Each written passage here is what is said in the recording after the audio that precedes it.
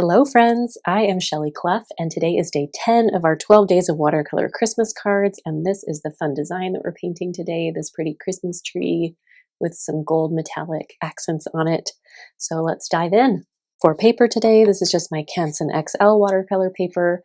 I have trimmed a piece down and folded it in half. I'll link below the tools I use for that. And I am just going to tape this down onto my surface.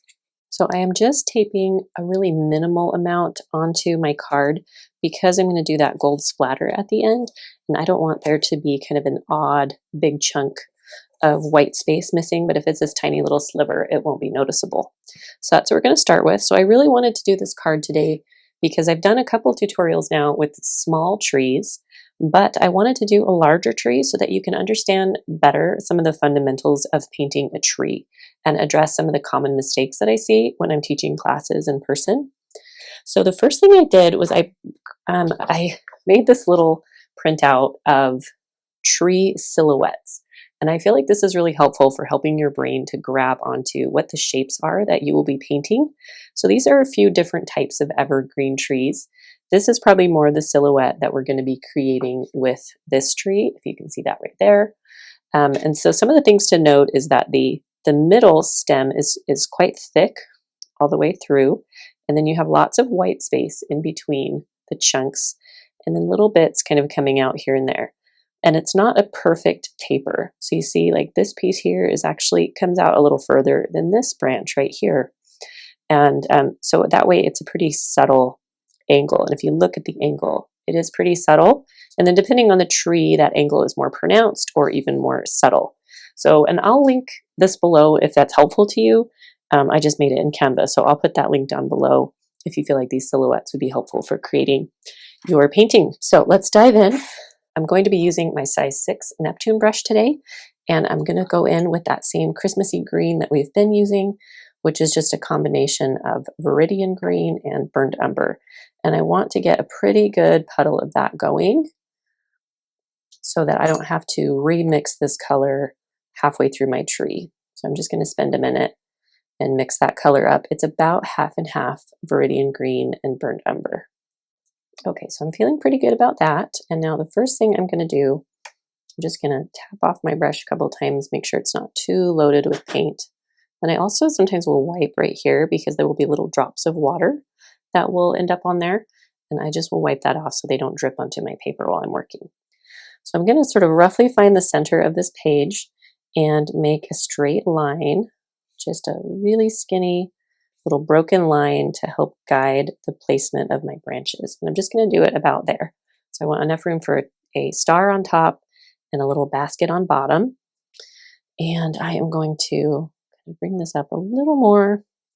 So the first thing to note when you are painting a tree is that you'll notice on the top of all these trees, the very top, there is like a skinny little point where there are no branches. So you don't start the branches at the very top. You come a little ways down and then you start your branches. So even on the really thick tree, come a little ways down and then start your branches.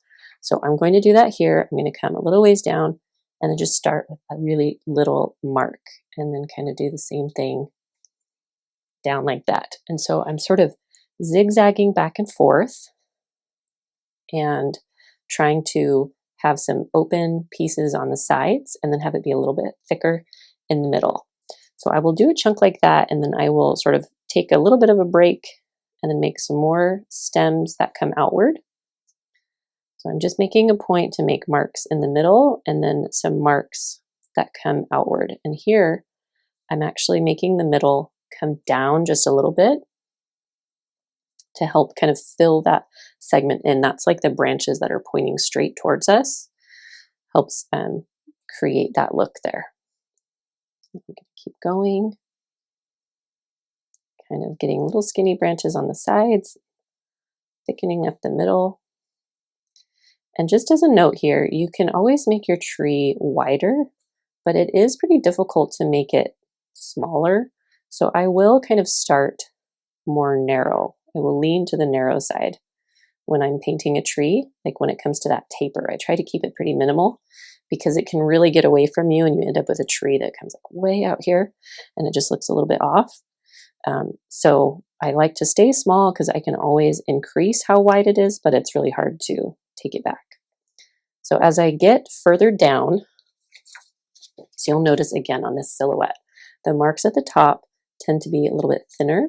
And then as they come down lower, like this chunk of branches is a lot wider than this chunk up here. So that's just something to note. As I come down, I'm going to make my chunks a little bit thicker as well as wider. And I'm just sort of being mindful to have some white space, but not too much. So if I have a lot of white space, I can just sort of thicken up my strokes a little bit to minimize that white space. But I do want some so I can get that pretty look of like seeing through the branches of a tree.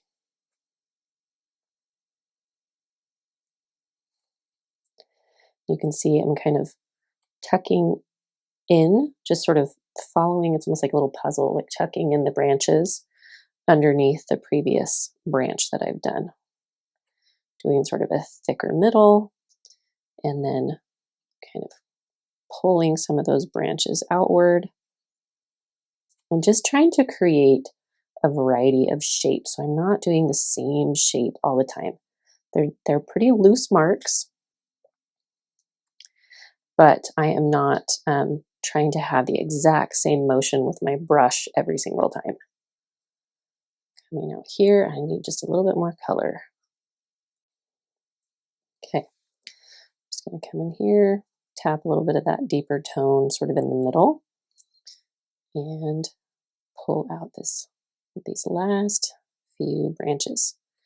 Again, making that a little thicker because I'm at the bottom now, and those branches are bigger, they've had longer to grow. And I think I've got room for one more layer, so I'm just going to take my stem down a little bit further.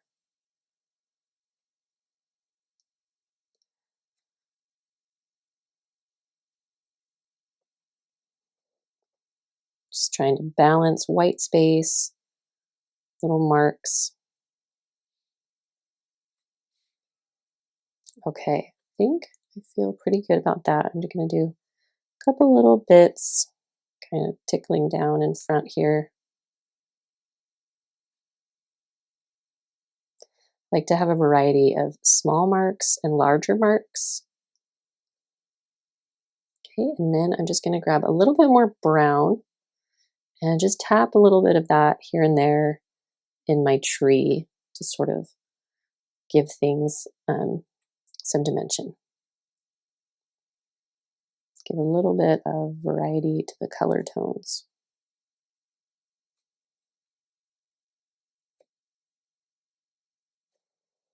It's going to be subtle, but it will be pretty. And then I am just going to make a little flick down here for the middle while we're going to do our little pot at the bottom.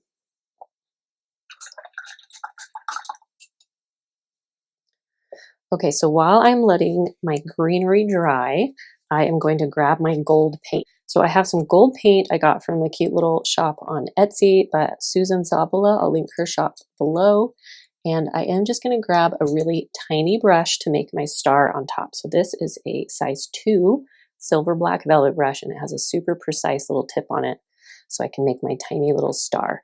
You can also draw your star with like a gold pen if you've seen me do that in some of our other videos. I like to use this gold pen. I just want all my gold to be consistent, and I'm going to use gold for my splatter and whatnot. So I am just going to paint my star, but again, it's up to you. And I want to make sure it's nice and pigmented, so I got this paint wet, and I just really want to swirl for a minute, make sure my brush is loaded with a lot of pigment. Okay, so now you can see that looks pretty loaded up.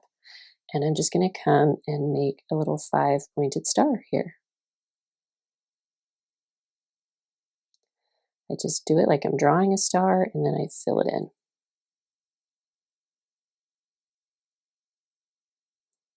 You can make sure it's got nice little points on it. So I get the basic shape, and then I can kind of clean it up.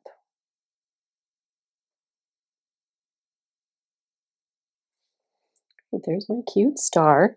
And then I want to make a little, like a pot for this tree at the bottom out of gold. So just sticking with that same gold, and I am just going to come across this stem about an inch, and then we're going to make a little trapezoid.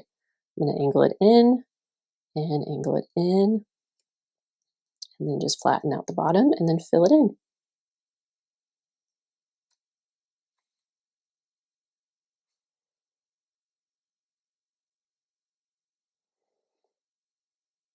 We can tinker with the shape a little bit.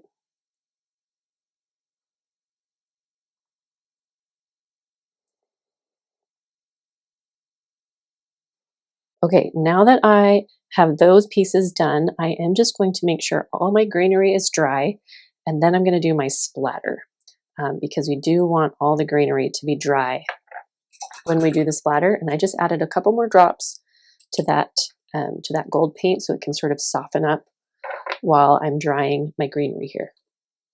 Okay, so this is all dry. I'm going to do my splatter now, and for my splatter, I'm going to switch back over to this Neptune brush because it holds a lot more water and it's going to create nicer splatter for me than a little brush. And I am just going to swirl that around, get a nice puddle going on my palette here. And then I am going to tap, tap, tap that on my painting.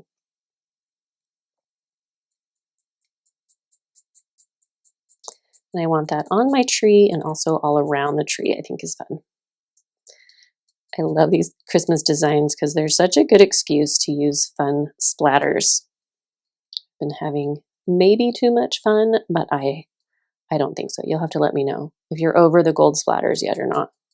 I don't think I'm over them yet. Okay, I'm gonna do maybe a little more up there. I think that looks nice. We'll let this dry and then add our stamp on the back.